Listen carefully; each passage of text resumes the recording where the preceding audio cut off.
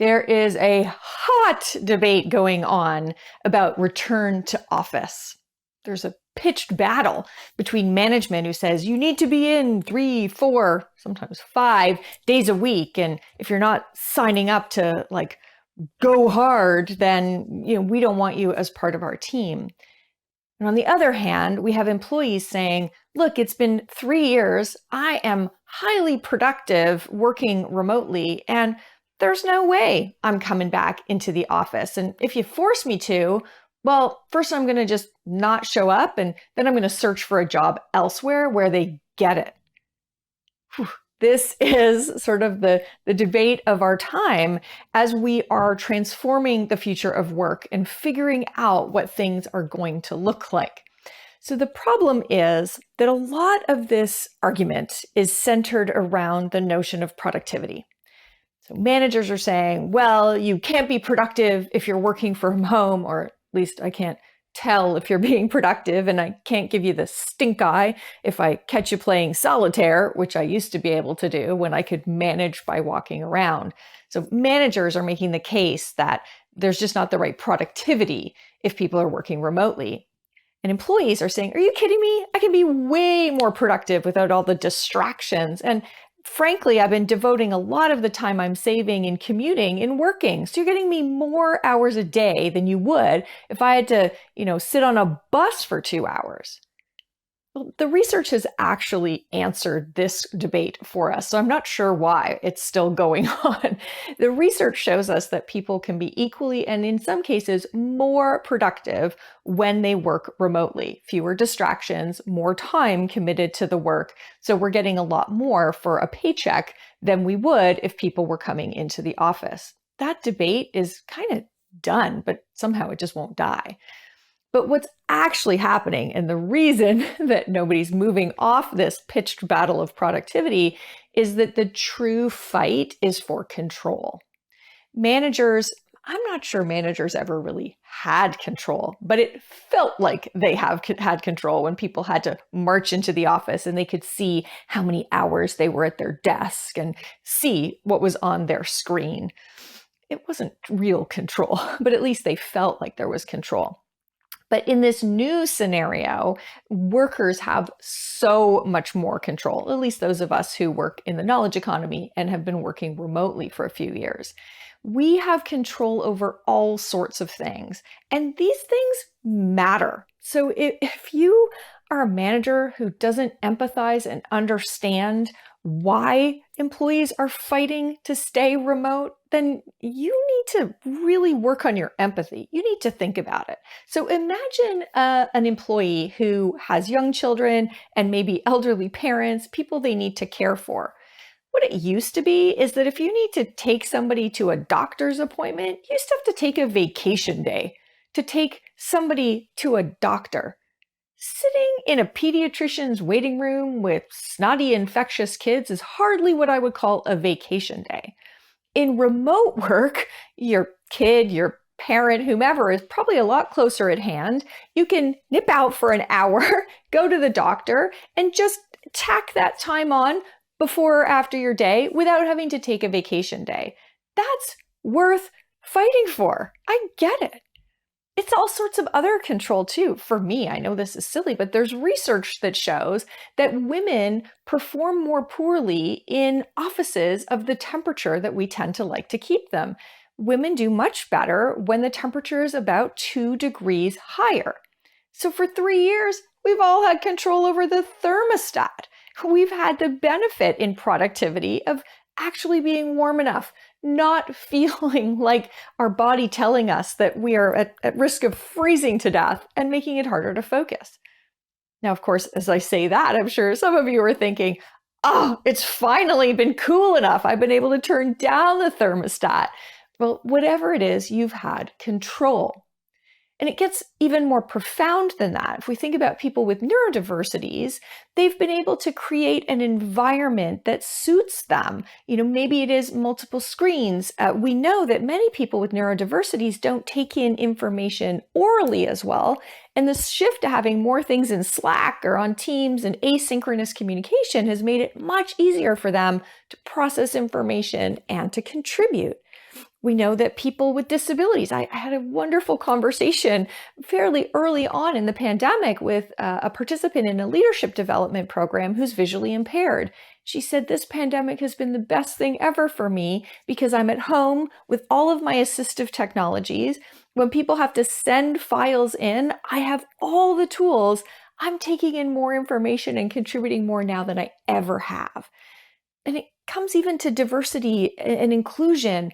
I read a story about an Indigenous woman who's very senior in her company. She said, I didn't realize until I didn't have to face it.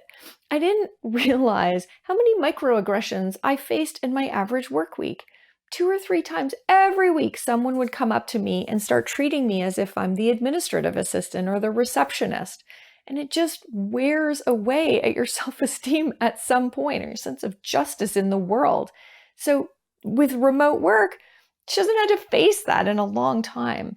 So when employees are fighting to create or to maintain some flexibility, they're fighting for things that matter a lot.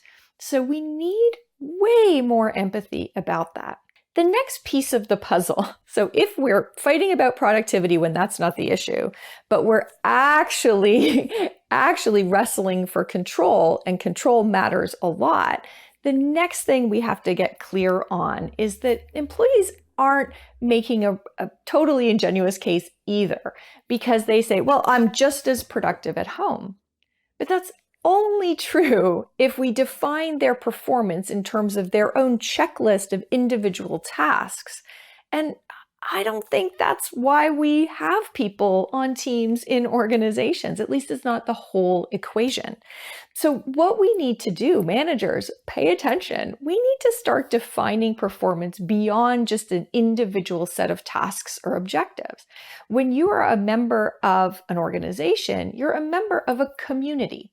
Your team is a community, your department, your division, your organization, they are communities that you belong to. And it's not sufficient for you to say, well, I checked off my list. How are you contributing to the community? So are there new people on your team? If you stay fully remote, are you there to help them get integrated? We know people who struggle when they're remote are less likely to ask for help, and no one's there to notice that they're having difficulty. Well, one of the reasons we expect you to come into the office and collaborate with one another is because you can see things like that and you can help out. We know that overhearing things can lead to innovation, problem resolution. So being part of a community requires more than just you checking off your list. But managers have done a terrible job in setting those expectations. We have SMART objectives that are so carefully honed to be just what you can be accountable for that we're afraid of saying that you get a paycheck. You are a part of this organization to be part of a team, to be part of a culture, and to be part of a community. And we need to contribute to those communities to keep them healthy. So we have a long way to go in redefining what are our expectations of people. And if we can do that, we can get to the final crux of the return to office debate, which is we can say, here's what's non-negotiable. Here are the things where we need you in the office to contribute to this community, to overhear things, to catch someone struggling, to make the new person feel welcome, whatever it is. But beyond that, that small set of non-negotiables of what it means to be a part of our community, beyond that, everything else needs to be way more negotiable than it has been. What days work for you? What hours work for you?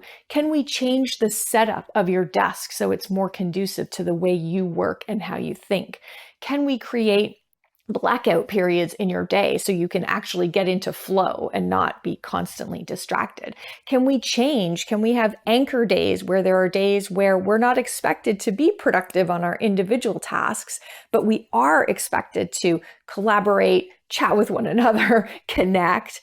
And then can we protect some of those other days for productivity and say, no meetings, no expectation that you're responding to email every 5 minutes? We need to shift how we work we need to support people. We need to be willing to negotiate on creating an environment that works for them. Maybe even having zones in the office where you can have the temperature a little higher or a little lower. So we are having this fight all wrong, pretending it's about productivity when really it's about control. But when I say that, I don't say it to mean that employees are wrong to be fighting to maintain some of the control they've gained. I think they're right. So what we need to do is figure out, what are our expectations of people? What does it mean to be part of a team and a work community? And what's it going to take to deliver on that? That becomes your non-negotiables. But beyond that, there is so much room to negotiate on creating an environment, a schedule, a set of tasks, an interaction style that works for each individual, much more customized than it ever has been before. And only when we figure out that that's what we're fighting for, a workplace that has strong communities in which individuals can thrive, that's the only time we're going to figure out what the future of work could look like. I'm pretty excited about that.